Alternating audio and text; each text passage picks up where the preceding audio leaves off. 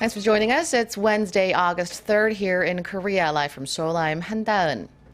North Korea has fired another ballistic missile into the East Sea just hours ago. This latest launch comes just 2 weeks after the regime lobbed 3 missiles, 2 Nodong-class and 1 Scud last month.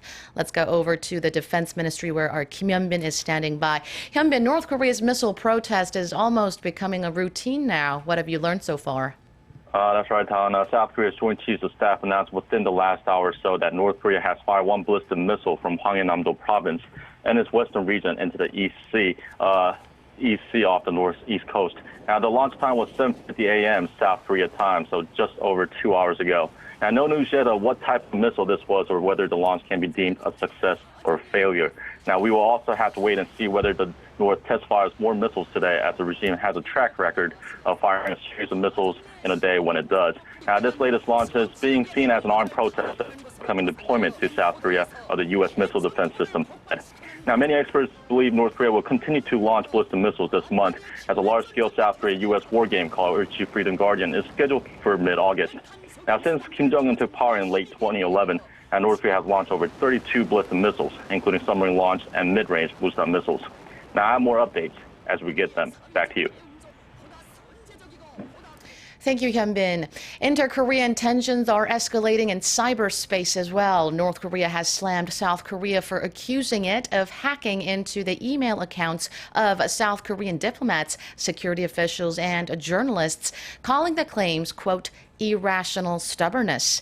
In a statement on its propaganda website late Tuesday, Pyongyang said South Korea is once again making groundless claims that the North is behind an incident that happened within South Korea. It went on to say that South Korean prosecutors' claims that North Korean hackers attempted to break into the emails of 90 South Koreans lacks scientific evidence and credibility. It also accused Seoul of trying to use North Korea to divert public attention away from pressing domestic concerns. On Monday, state prosecutors announced that from January to June this year, 56 out of 90 email accounts had been compromised and dozens of passwords leaked. Republican presidential candidate Donald Trump has again bashed America's free trade agreement with South Korea. Speaking to supporters in Columbus, Ohio on Tuesday, local time, Trump labeled the FTA a job-killing deal.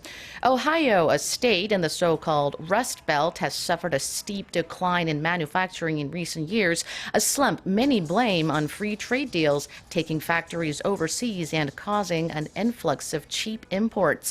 And Trump didn't miss the chance to blame his Democratic rival Hillary Clinton for pushing such deals.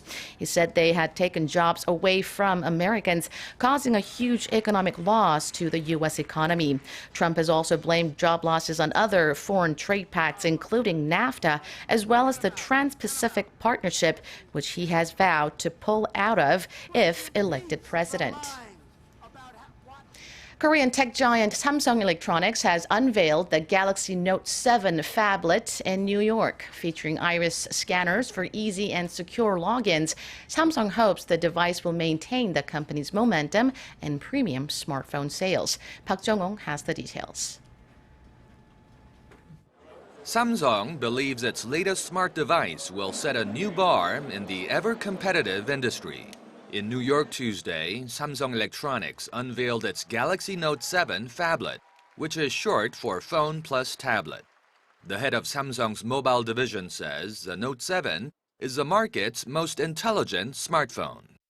Privacy and security is a growing concern.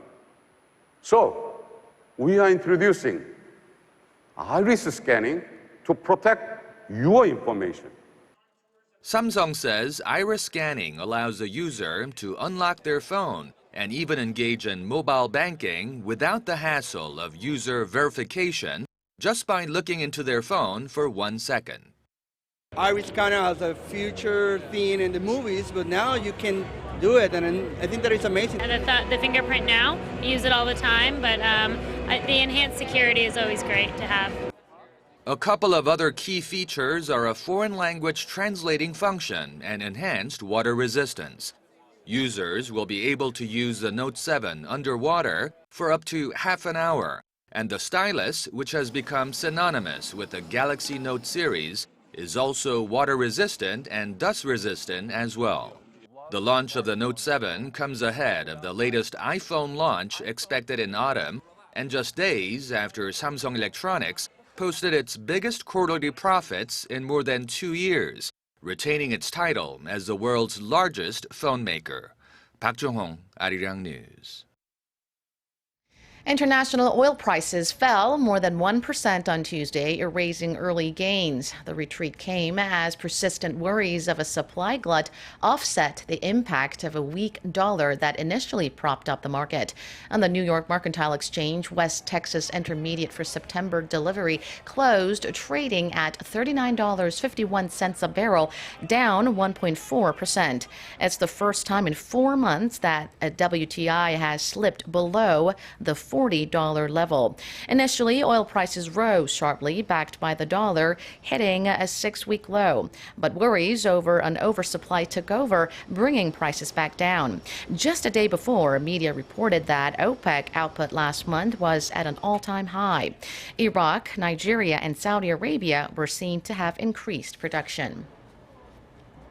The Turkish government is cracking down on suspected terrorist groups following the recent failed coup attempt in Turkey. On Tuesday, Ankara sent Korea's foreign ministry a list of some 10 organizations suspected to have links to the Fethullah terrorist organization, a group the Turkish government claims was behind last month's uprising. The Turkish government vowed to crush linked organizations in other countries as well, and has been demanding host nations shut down the groups on the delivered list. Seoul's foreign ministry, however, said it hasn't taken any action as Turkey sent the list without filing a request to take certain measures. The organizations on the list include educational institutions as well as private firms.